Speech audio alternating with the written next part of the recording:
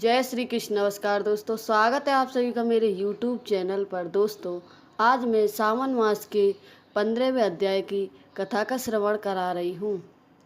सनत कुमार ने शिव से कहा, हे देवेश, नागों का आचार्य जनक पंचमी व्रत मैंने सुना है। हे देवेश, अब आप पष्टमी के रोज किए जाने वाले व्रत को कहें। इस व्रत का क्या नाम तथा क्या विधान है? शिव ने सनत कुमार से कहा, हे विपेंद्र, श्रावण मास शुक्ल पक्ष की पष्टमी तिथि को महामृत्यु विनाशक उत्तम सुपोदन नाम का व्रत करें। शिवालय में या घर पर प्रतिदिन पूर्वक शिव का अर्चन करें।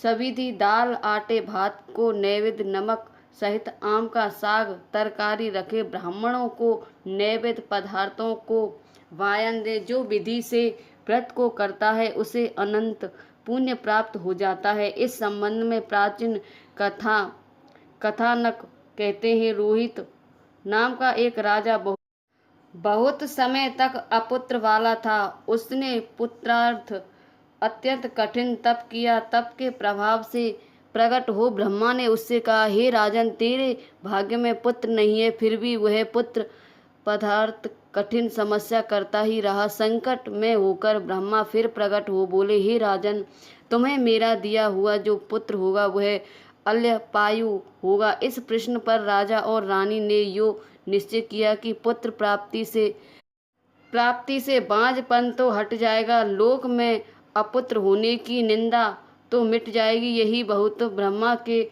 वरदान से शोक और हर्ष से युक्त पुत्र हुआ। राजा ने ताज कर्म आदि संस्कार यथाविधि किए। दक्षिणा नाम वाली रानी तथा राजा रोहित ने स्नेहवंश उसका शिवदत्त नाम रखा। मन में डरते हुए भूमिपाल ने उस लड़के का उपनयन संस्कार किया। मृत्यु के भय से विवाह नहीं किया। जब 16 साल का हुआ तो उसकी मृत्यु हो गई। उस ब्रह्मचारी के मरण की याद में राजा मेहती चिंता में हो गया, क्योंकि जिस वंश में ब्रह्मचारी का मरण होता है उस वंश का लक्ष्य हो जाता है तथा उसकी दुर्गति हो जाती है। सनत कुमार जी ने शिव से कहा, हे देवेश जगन्नाथ, क्या इसका कोई उपाय नहीं? यदि कोई उपाय हो तो मुझे कहें, जिस करने से दोष की शांति हो। ईश्वर ने सनत कुमार से कहा, हे सनत कुमार, यदि स्नातक या ब्रह्मचारी आदि हो तो अर्क विधि के विवाह संयोग कर पेड़ तथा ब्रह्मचारी को मिलाकर देश काल गोत्र नाम को कहें।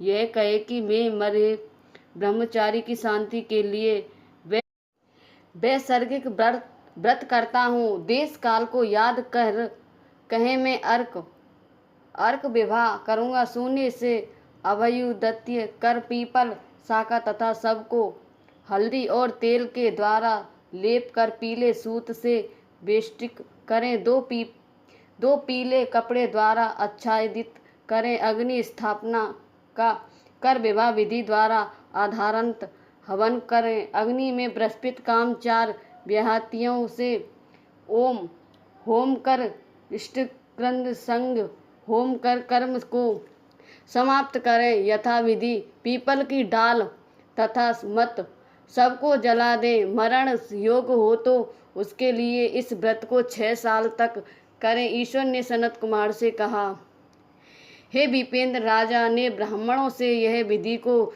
श्रवण कर अपने मन में विचार किया कि यह अमुख्यत अर्क विवाह मुझे उत्तम नहीं लगा। विवाह ही मुख्य होना उचित है, जिससे मेरे जीव के वास्ते कोई बालिका नहीं देता। मैं राजा हूँ, जो कोई इसको अपनी लड़की देगा उसे मैं रत्न तथा बहुत धन दूंगा। उसके नगर में एक ब्राह्मण रहता था।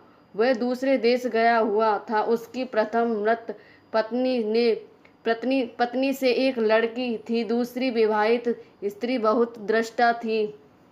उसने डाह से और बहुत दैव्य से लोभ के कारण लड़की देने की इच्छा प्रकट की। उसने 1 लाख रुपए देकर 10 लाख की उस दीन वाला को मरे हुए राजा के लड़के के वास्ते दिया। उस बाला को लेकर वे उस बाला को लेकर वे सब नदी के किनारे शमशान में गए। वहां उस सब के साथ बाला का विवाह किया। मृत्यु लोग विधि पूर्वक सबके साथ संबंध कराकर जलाने को तैयार हुए। तब बाला ने कहा कि आप ऐसा क्यों कर रहे हैं। बाला की ऐसी वाणी को श्रवण कर वे सब दुखित हो बोले, यह तेरा स्वामी है, इसकी देह को जला रहे हैं। यो सुनो। बाल स्वभाव के डरती हुई वह रोने लगी और कहने लगी, आप मेरे स्वामी को क्यों जलाते हैं, मैं जलाने नहीं दूंगी। सब लोग जाए, अकेली मैं यहाँ रहूंगी। बालिका का ऐसी हट देखकर सब करुणा से अत्यंत रुचि हो चले गए। जो प्रबंधवादी वृद्ध लोग से उन्होंने कहा, अहो अत्यंत कष्ट है, किसी का भाविक कर्म नहीं जान सकते। दीन संख्यक दयालु भगवान क्या करेंगे। निराक्षर यह कन्या सपत्य भाव द्वारा दूसरे सौतेली मान से बेची गई है। अतः कदाचित देव रक्षक हो तभी इस बालिका को तथा इस मरे हुए राजकुमार को हमें जलाना नहीं चाहिए। यदि आप सबको हमारी बात अच्छी लगती हो तो हम यहाँ से घर चले। ऐसा विचार कर सब अपने अपने घर लौट गए। वह भय विह्वल हो अकेली बालिका शिव और पार्वती की याद करती हुई बाल स्वभाव से न जानती हुई कि यह क्या है, यो कह विह्वल हुई। उसकी याद मात्र से करुणा परिपूर्ण संवज्ञ पार्वती और शंकर जल्दी वहां आए। तेज पृष्ठ प्रसव पर सवार हुए शंकर पार्वती को देखकर उसने प्रणाम किया, पर ये देवता हैं ऐसा उसको ज्ञान न था।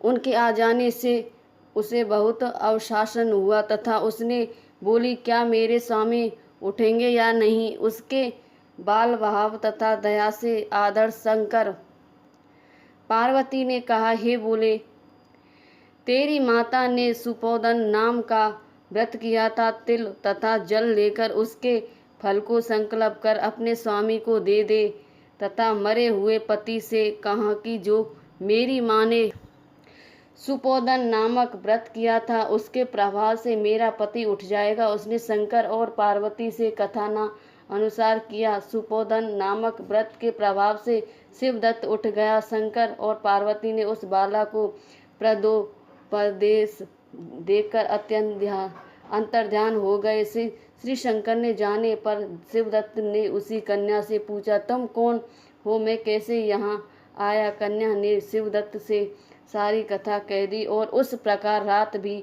व्यतीत हो गई। सुबह हो जाने पर नदी के किनारे आए हुए प्राणियों ने राजा से सारी कथा कही। वे राजन, आपके पुत्र और पुत्र वधू नदी के किनारे हैं। प्रामाणिक विश्वसनीय मनुष्य से इस वार्ता को श्रवण के अत्यंत प्रसन्न हो लंगाड़ा बजवाता हुआ नदी के किनारे पर आया। सभी ने राजा की प्रशंसा होकर स्तुति की। हे राजा, आपका मरा लड़का फिर काल्य गृह से लौट आया। राजा ने पुत्र वधू की प्रशंसा की और कहा, मेरी स्तुति क्यों कर रहे हो। मैं महान मंद भावी अथम हूँ। मेरी यह पुत्र वधू शुभा धन्य है। इसके सजीव पुण्य से यह मेरा लड़का जीवित हो उठा। यह पुत्र वधू शुभा धन्य है, इसके सजीव पुण्य से यह मेरा लड़का जी उठा है। यो राजा ने पुत्र वधू की स्तुति की तथा उत्तम दियों से दान द्वारा अर्चन किया। मरे को गांव से बाहर कर जीवित हो जाने पर गांव में प्रवेश करने की नियमित ब्राह्मण के कहने विधान से शांति की। है बत्यस, मैंने तुमसे सुपोत्रदन नामक व्रत को कहा, इस 5 साल करने के बाद उद्यापन करें। शंकर पार्वती का रोज अर्चन करें। अरु तथा आम के पत्ते से सुबह होम करें। पूर्व विधान से व्रत में नैवेद्य तथा वायन दें। इस तरह व्रत करने मात्र से प्राणी चिरायु पुत्र प्राप्त कर अंत में शिवपुर लोग जाता है। बोलो श्रावण मास की जय। बोलो शिव शंकर भगवान की।